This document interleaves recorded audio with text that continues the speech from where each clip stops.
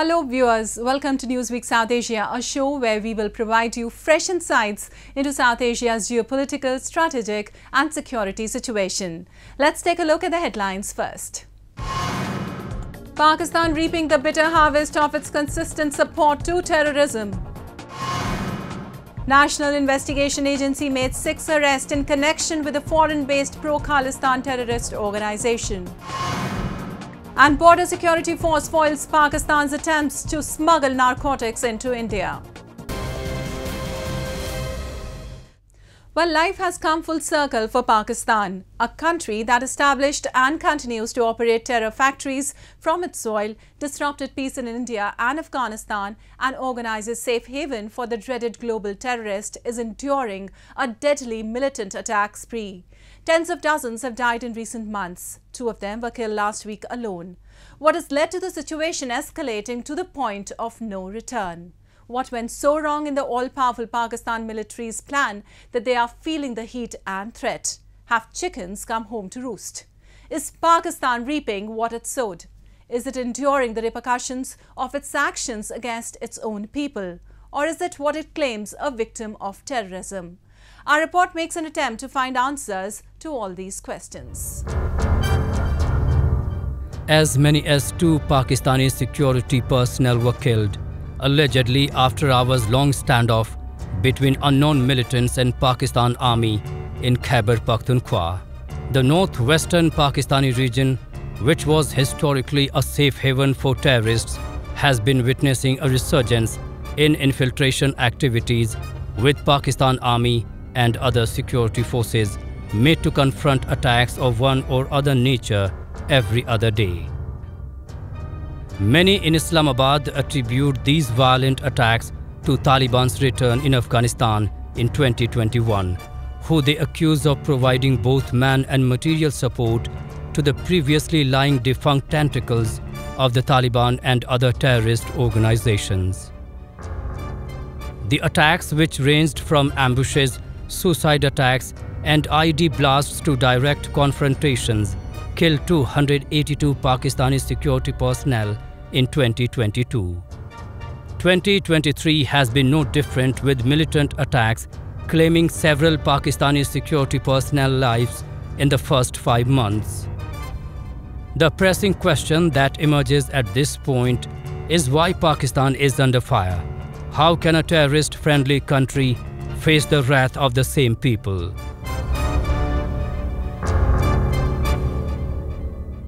You see, Pakistan has been involved in fomenting trouble and terrorism, especially the cross-border terrorism against India, earlier against the previous Afghan government also. And so Pakistan has become a nucleus of terror groups and has been supporting them, nurturing them. And now that it is facing, so it is like the syndrome that's going to bite them. And they should not forget, we used to have a story of Basmasur, and that story must give some lessons to the world, that those who perpetrate and perpetuate terrorism is eventually going to attack them. So they cannot take any solace that they are suffering from this, so the world should look at differently. Their track record is dismal and abysmal. And I think that they need to be continued to be monitored by the world, whether it is FATF, whether UN Security Council, or the international organization, international bodies. Pakistan and terrorism have become synonymous. So I have sympathies for the Pakistani people who are suffering, but not for the state and the deep state, which are actually engineering all these kind of attacks. Many blame Pakistan for the situation it is in today.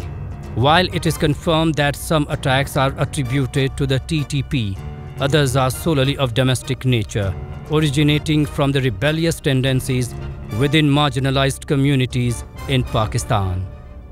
Pakistan is accused of carrying out atrocities against minorities with impunity. Scores of dissenting voices and youths have been picked and thrown in jails.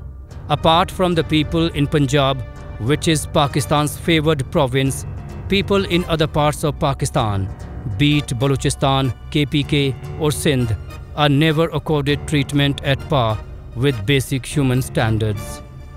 And when they demand rights, they are arbitrarily detained, imprisoned incommunicado, and sometimes even hacked to death. According to a recent report by PANC, the Human Rights Department of Baloch National Movement, there has been 31 torture victims, 32 enforced disappearances, and 3 extrajudicial killings in the month of April this year. A widespread environment of repression with no glimmer of hope in sight, a section of these oppressed people is compelled to put up resistance with arms.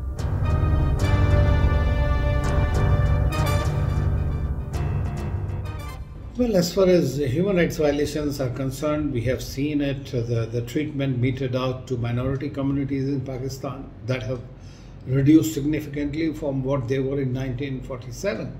And there is a conscious effort to alienate them and to denigrate their dignity.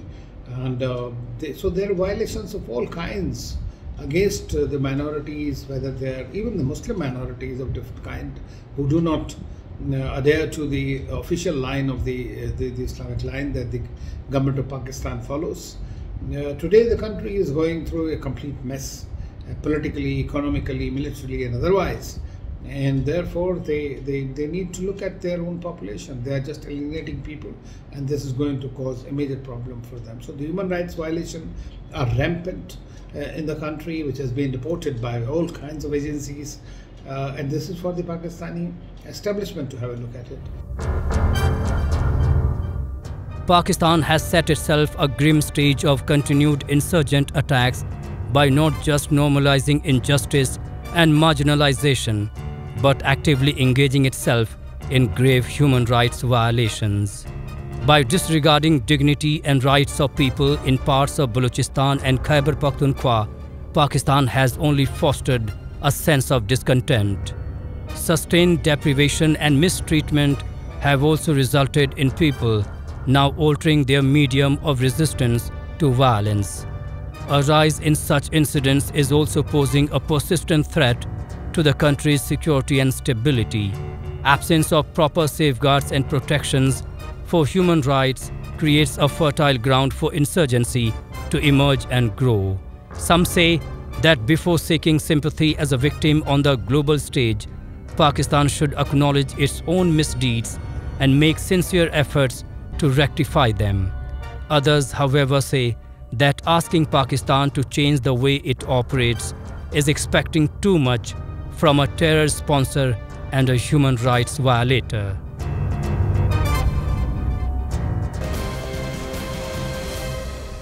An essential part of Pakistan's state-sponsored cross-border terrorism is narco-terrorism, which is used to finance and carry out asymmetric warfare against its neighbours.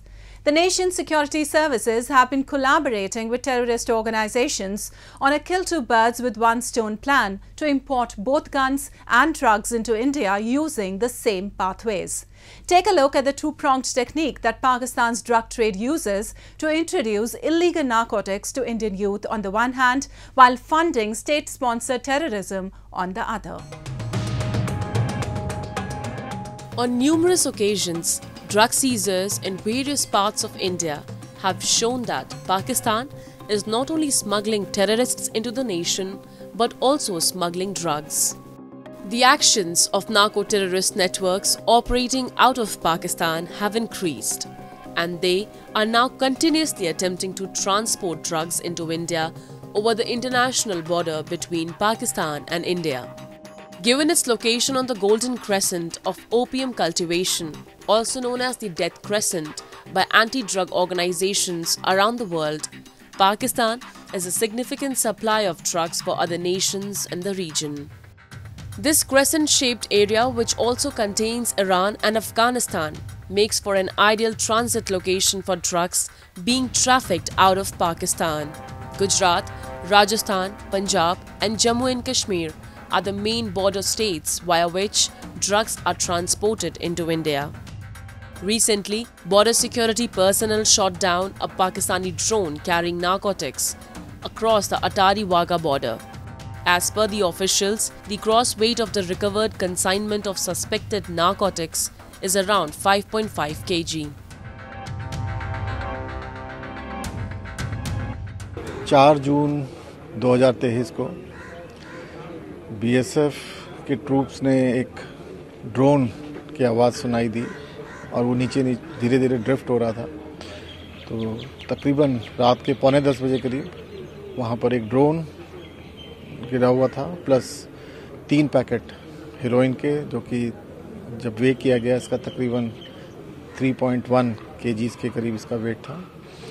और पिछले 2-3 दिन से इसकी input आ रही थी, जो कि SSP rural Amritsar ने और हमारे डीसीजी के द्वारा ये इनपुट दी गई थी कि पाकिस्तान से जो स्मगलर्स हैं वो ड्रोन के थ्रू हेरोइन की स्मगलिंग करेंगे। This is not an isolated incident. There have been many cases of illegal drug trafficking from across the borders lately. More than 80% of drug flow in India comes from Pakistan. The figure is based on a survey conducted by a European agency. It reveals how Pakistan has an absolute monopoly in subcontinent's narcotics trade. Pakistan's drug trade employs a two-pronged strategy. On one hand, it provides funding for state-sponsored terrorism, and on the other, it aims to introduce Indian youth to illegal substances.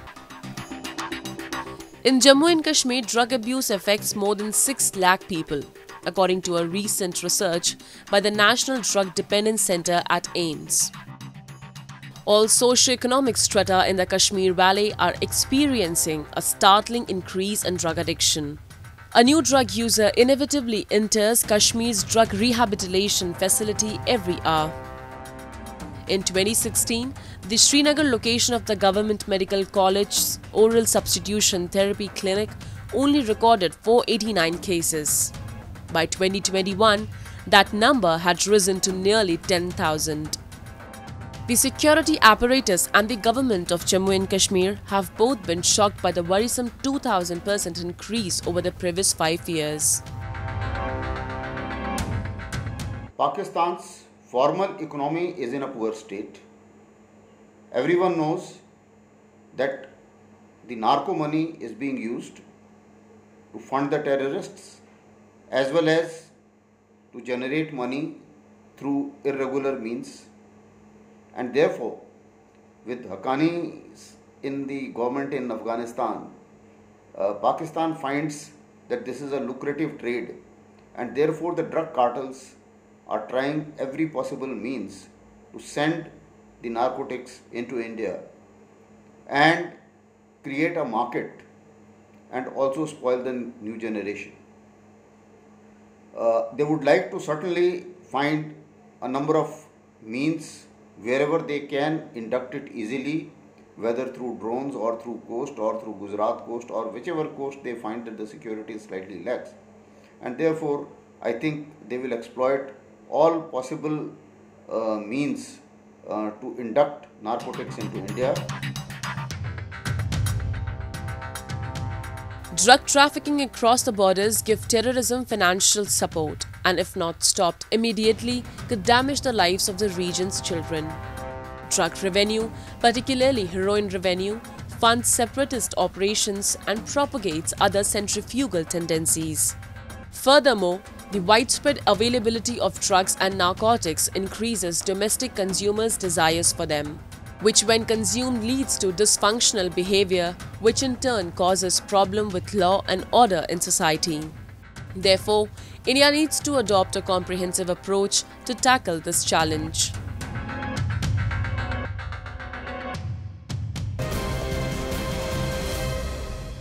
And let us now turn our attention to India's Jammu and Kashmir, where the security forces have now started a number of operations to dismantle the network of Pak-backed terrorism.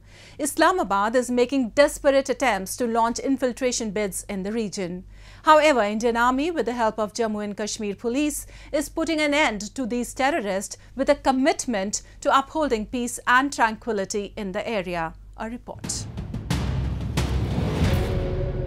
The neighboring country of Pakistan and its proxies have made repeated attempts to disturb the peace in Jammu and Kashmir region. Terrorists are being given funds and training so they may sneak into Jammu and Kashmir and assault security personnel and locals in the region. However, Indian security forces consistently thwart infiltration attempts and eliminate terrorists in Jammu and Kashmir, putting a stop on Islamabad's nefarious efforts. In the latest, security forces neutralized a terrorist in the Dasal Mehri village area in Rajouri. हमारा school था ऊपर यहाँ पे दसल कराइयाँ। हम सुबह घर से निकले थे, यहाँ पे आए तो पता लगा कि ऊपर इनकाउंटर चल रहा है। बच्चों के फ़ोन भी सुबह से आ रहे थे, बच्चों को तो हमने मना कर दिया स्कूल में नहीं आना। और यहाँ पे जो पूरा इन्होंने गार्डन किया हुआ है, यहाँ से किसी को ऊपर जाने दे रही है हमारी सेफ्टी के लिए। रात का इनकाउंटर जो सुबह 3 बजे चला। The recent encounter was the third such incident in Jammu province in the past few days. Earlier, the border security force shot dead a suspected Pakistani intruder on the international border in the Samba district of Jammu division. On June 1st, the army in Jammu and Kashmir foiled an infiltration bid with the arrest of 3 terrorists along the line of control in Poonch district. They also had a powerful 10-kilogram improvised explosive device in their possession. Frustrated with ongoing development and peace in Jammu and Kashmir, Pakistan is using all the tricks in its book to incite terrorism in the region. According to experts, Pakistan is using a mix of social media, local influencers and narcotics to radicalize the Kashmiri youth to pick up the gun. However, most of its moves have either failed or backfired. Vigilant Indian forces have thwarted almost all of their ill designs in the past few weeks. A significant number of terrorists have been eliminated, while many others have been apprehended. Pakistan is expected to continue its strategy of bleeding India with 1,000 cuts, particularly in Jammu and Kashmir, launching terrorist attacks of varied intensities. India has so far adopted a number of countermeasures, including launching of cross-border surgical strikes. It is important to remember that eternal vigilance is the price of liberty. We have to make sure that our counter-infiltration grid is strengthened, the gaps are eliminated, our base camps and the pickets and posts are well guarded to avoid any attacks, and the movement that we undertake in the insurgency affected areas, particularly in the Jammu region, is carried out with a view to eliminate any scope of ambushes. Despite all the embarrassment and name-calling at various global forums, Pakistan continues to use terrorism as an instrument of its state policy.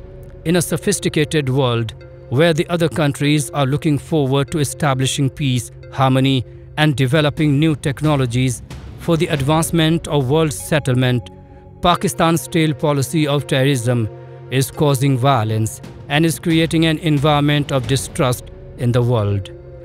Residents settled near the border areas are living in constant fear due to frequent firing along the border from the Pakistani side. Pakistani army generals, who are the real masterminds behind most of the terrorism across the globe, believe that the world won't notice their devious plans. But to their surprise, not only all of their diabolic activities are being monitored, but being given a befitting reply by the Indian forces.